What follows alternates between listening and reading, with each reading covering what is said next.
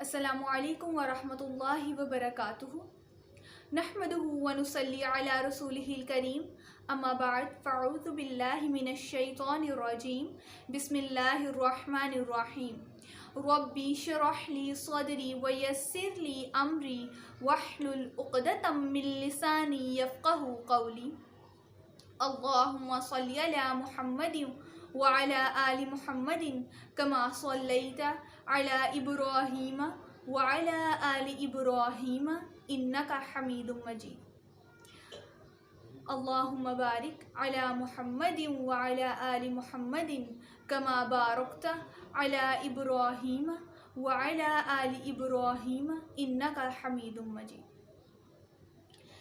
ہم اپنی گفتگو کا آغاز اللہ رب العزت کے بابرکت نام سے کرتے ہیں جس نے اس پوری کائنات کو تخلیق کیا۔ اس کائنات میں موجود تمام مخلوقات میں سے انسان کو اشرف المخلوقات بنائے، یعنی افضل مخلوق بنائے۔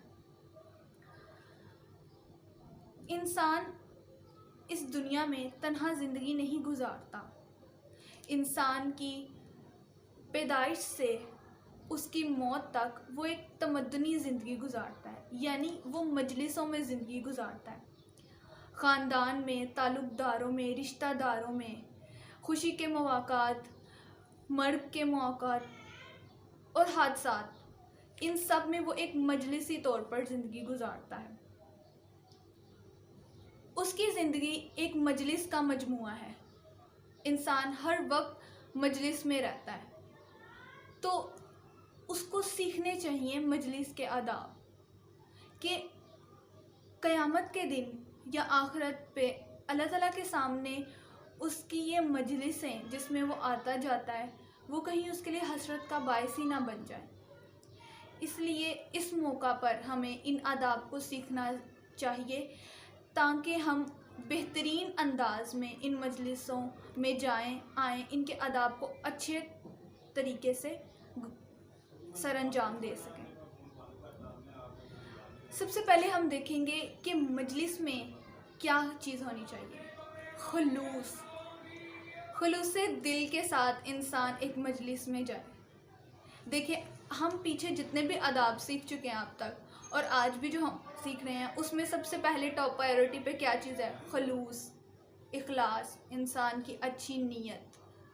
اخلاص جو کہ دل کے ارادے کا، یعنی کہ نیت دل کے ارادے کو کہتے ہیں، تو دل کا ارادہ ہمارا خلوص ہونا چاہیے، خالص اللہ کے لیے۔ کہ جب انسان خلوص نیت کے ساتھ کسی مجلس میں جاتا ہے تو لوگوں کے درمیان جب وہ بیٹھتا ہے تو اخلاص کے ساتھ، تو لوگ خوش ہو جاتے ہیں، اور سب سے بڑی بات کہ اللہ تعالیٰ خوش ہوتے ہیں۔ اور اخلاص کے ساتھ مجلس میں، کن مجلس میں بیٹھے؟ اپنے والدین کے ساتھ، بڑوں کے ساتھ۔ کس لیے؟ کہ وہ ان سے نصیحت حاصل کریں، ان سے انسیت حاصل کریں، ان سے محبت کا اظہار کریں۔ اپنے بہن بھائیوں کے ساتھ اس طریقے سے بیٹھیں، اور اپنے رشتہ داروں کے ساتھ، ایون کہ اگر کوئی مہمان آیا ہے تو مہمان کے ساتھ بیٹھیں اس کی عزت و اکرام کے لیے۔ یہ نہیں ہے کہ مہمان بیٹھا اور آپ کسی اور کونے میں گھر کے بیٹھ گئے، نہیں، اس کی عزت اور احترام کے لیے اس کے ساتھ بیٹھیں، اس سے بات چیت کریں۔ اور اپنے بھائیوں کے ساتھ بیٹھیں، کس لیے بیٹھیں؟ اپنی دینی مصلحت کے لیے، کوئی دنیاوی مصلحت کے کام کے لیے، یا ایک دوسرے سے کچھ شیئر کرنے کے لیے بیٹھیں بہترین انداز میں۔ نیت کا اخلاص قیامت کے روز جو انسان کا میزان ہوگا، اعمال میزان، اس کو بھاری کر دے گا، یعنی اجر کا سبب بن جائے گی نیت کا اخلاص، کہ آپ کسی خالص نیت کے ساتھ مجلس میں بیٹھے ہیں۔ اب دیکھیں کہ کس مجلس میں جانا چاہیے۔ اچھے اور نیک لوگوں کی مجلس میں جانا چاہیے، جس سے آپ کو اچھی چیزیں سیکھنے کو ملے، نہ کہ آپ غلط چیزیں سیکھیں۔ نیک لوگوں کی مجالس میں بیٹھیں تاکہ آپ کا وہ بیٹھنا اجر کا باعث بن سکے۔ برے لوگوں کی مجلسوں میں بیٹھنے سے گریز کرنا چاہیے، کیونکہ جب انسان بری صحبت میں رہتا ہے، بری مجلس میں رہتا ہے، تو ڈیفینیٹلی اس کے اندر وہ ساری خصلتیں آ جاتی ہیں، ٹرانسفر ہو جاتی ہیں۔ اگر وہ شخص کچھ بھی نہیں بولتا، بری مجلس میں بیٹھا ہے، بالکل خاموشی سے آیا ہے، بیٹھا ہے اور چلا گیا ہے، اس نے اپنا حصہ بھی نہیں ڈالا لیکن پھر بھی وہ ان بروں میں ہی کنسیڈر ہوگا، کیونکہ وہ بیٹھا تو ہے نا، چاہے خاموش بیٹھا ہے لیکن اس میں موجود ہے. اسی لیے ان مجلسوں سے گریز کرنا چاہیے، سوائے اس کے کہ آپ اس مجلس میں بیٹھ کے لوگوں کو واضح نصیحت کریں اچھے کام کی، تاکہ وہ بری مجلس اچھی مجلس میں کنورٹ ہو جائے. تو آپ نے کیا کرنا ہے کہ ایسی مجلس کو اختیار کرنا ہے جو ہمارے لیے قیامت کے روز حسرت کا باعث نہ بنے. اللہ رب العزت کے آگے ہم سرخرو ہوں کہ ہم نے کچھ سیکھا ہے اور سکھایا ہے. ٹھیک ہے، ایسی مجلس میں ہمیں بیٹھنا چاہیے جس سے ہم مستفید ہو سکیں نیک لوگوں کی مجالس میں. اور ہمیں دشمنوں کی مجلس میں نہیں بیٹھنا چاہیے، الا یہ کہ ہم ان سے اس اخلاق سے پیش آئیں، اس طریقے سے پیش آئیں کہ وہ جو ہے دائرہ اسلام میں داخل ہو جائیں. ابن ابی العلا رحمۃ اللہ علیہ فرماتے ہیں کہ اپنے دشمن کی مجلس میں مت بیٹھو، لیکن اس چیز میں کوئی حرج نہیں ہے کہ آپ ان کی اصلاح کریں، یعنی ان کی اصلاح مقصود ہو تو پھر آپ ان کے پاس جا کے بیٹھیں، ان کو وقت دیں، اخلاق کے ساتھ ان سے پیش آئیں تاکہ وہ اپنی اس دشمنی کو بھول کر راہ راست پہ آ جائیں، صراط مستقیم پر آ جائیں. اور مجلس میں یہ طریقہ کار اپنائیں کہ جب آپ مجلس میں داخل ہوں تو سب سے اونچی آواز سے السلام علیکم کہیں. السلام علیکم ورحمۃ اللہ وبرکاتہ کہنے سے آپ ان پر سلامتی بھیج رہے ہیں. اور آپ جب مجلس سے اٹھ کر جائیں تب بھی سلام کریں تاکہ لوگوں کو اس چیز کا احساس ہو کہ یہ بندہ آیا اور اب یہ جا رہا ہے، یہ نہیں ہے کہ خاموشی سے وہاں سے اٹھ کے چلے گئے. اور جب آپ سلام کرتے ہیں تو وہ آپ کے اور ان بندوں کے درمیان جو ہے وہ محبت کا باعث بن جاتی ہے.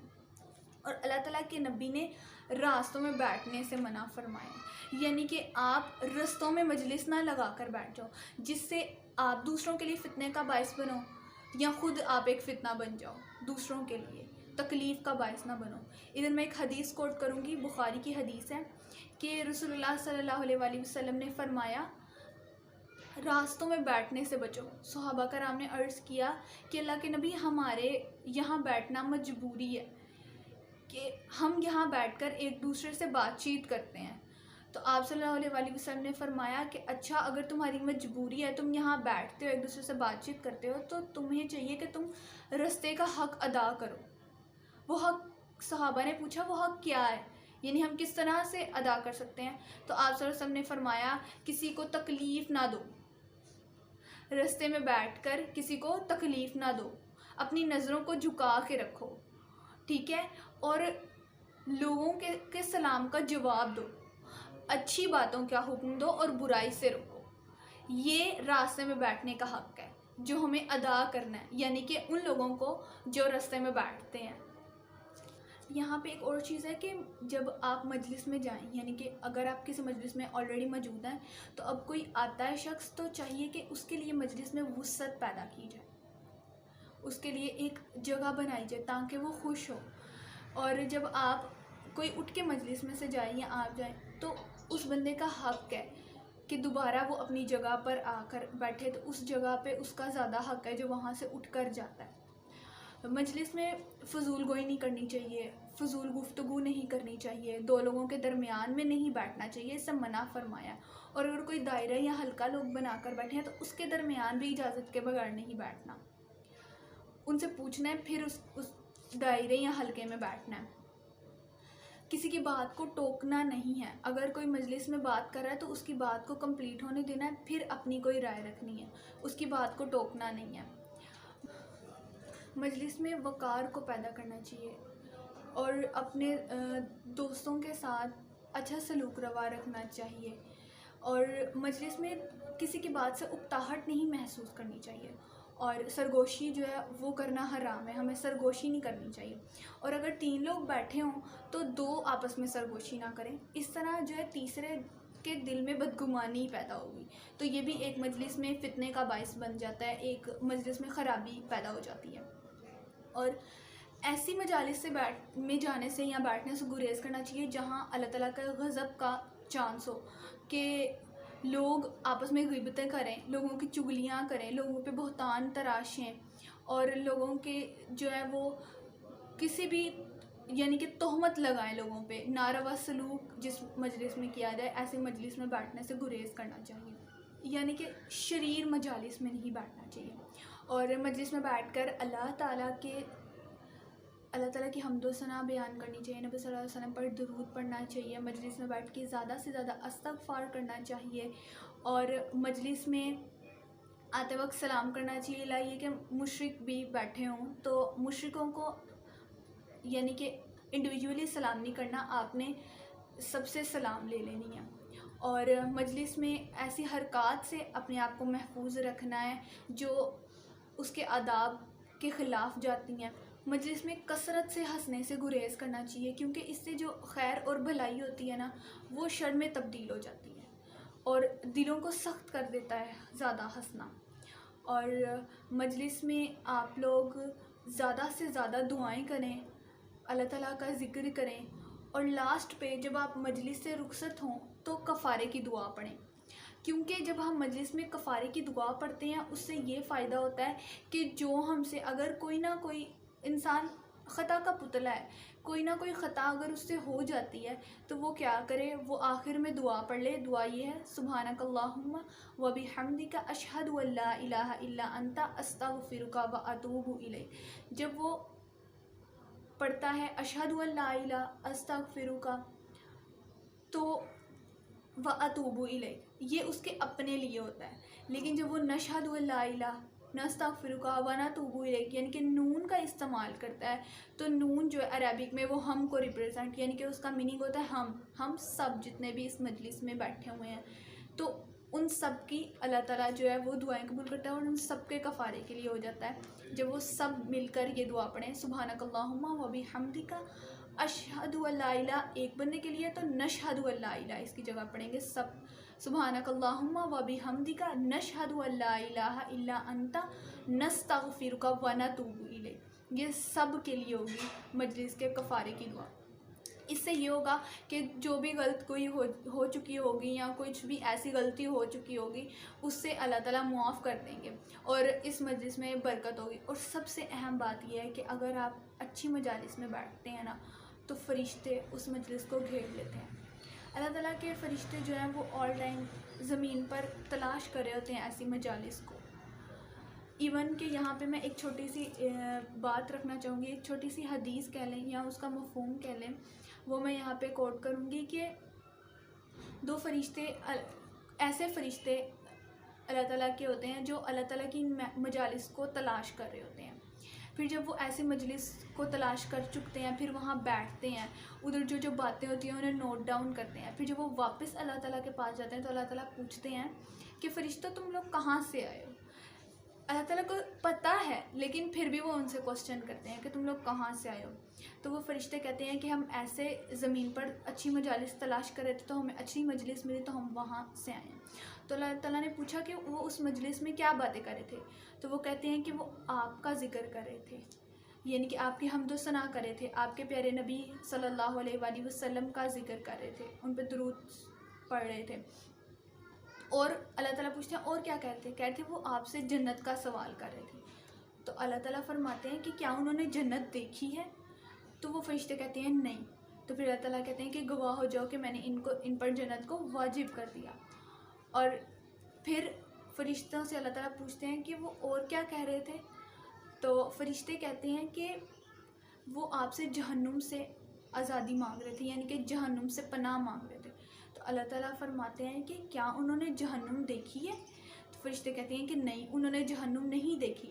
تو پھر اللہ تعالیٰ کہتے ہیں کہ آپ لوگ گواہ ہو جاؤ کہ میں نے ان کو جہنم سے آزادی دے دی، جہنم سے نجات دے دی۔ تو دیکھیں یہ کتنی اچھی بات ہے کہ جب ہم اچھی مجالس میں بیٹھیں گے، اگر ہم آپس میں بھی بیٹھے ہوئے ہیں تو اچھی گفتگو کریں گے، اللہ کا نام لیں گے، نبی صلی اللہ علیہ وسلم پر درود بھیجیں گے، دینی باتیں کریں گے، تو فرشتے ان باتوں کو نوٹ ڈاؤن کریں گے اور اللہ تعالیٰ سے ذکر کریں گے۔ تو ہمیں چاہیے کہ ہم ایسی ہی مجالس کو تلاش کریں جو ہمارے لیے آخرت میں اجر و ثواب کا باعث بنے، ہمارے اعمال میں جو ہے وہ وزن کا باعث بنے، نہ کہ ہمیں اس دن حسرت ہو، افسوس ہو کہ ہم نے غلط رستہ اختیار کیا یا ہم نے غلط مجالس کو اپنایا۔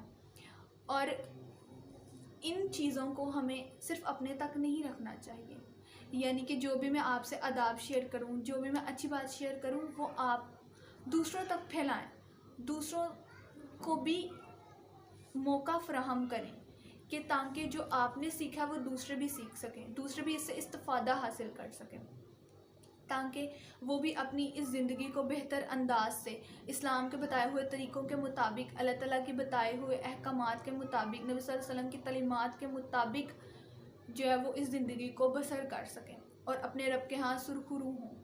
اگر آپ کو میری یہ ویڈیوز پسند آئیں تو پلیز میری حوصلہ افزائی کے لیے ان کو لائک کر دیں، شیئر کریں اپنے فیملی ممبرز کے ساتھ، اپنے دوستوں کے ساتھ، اپنے عزیز و اقارب کے ساتھ، تاکہ وہ بھی اس سے استفادہ حاصل کر سکیں، اور میرے چینل کو سبسکرائب کر کے مجھے اور حوصلہ افزائی دیں تاکہ میں اور ایسی اچھی اور موٹیویشنل چیزیں آپ کے لیے لے کر آؤں۔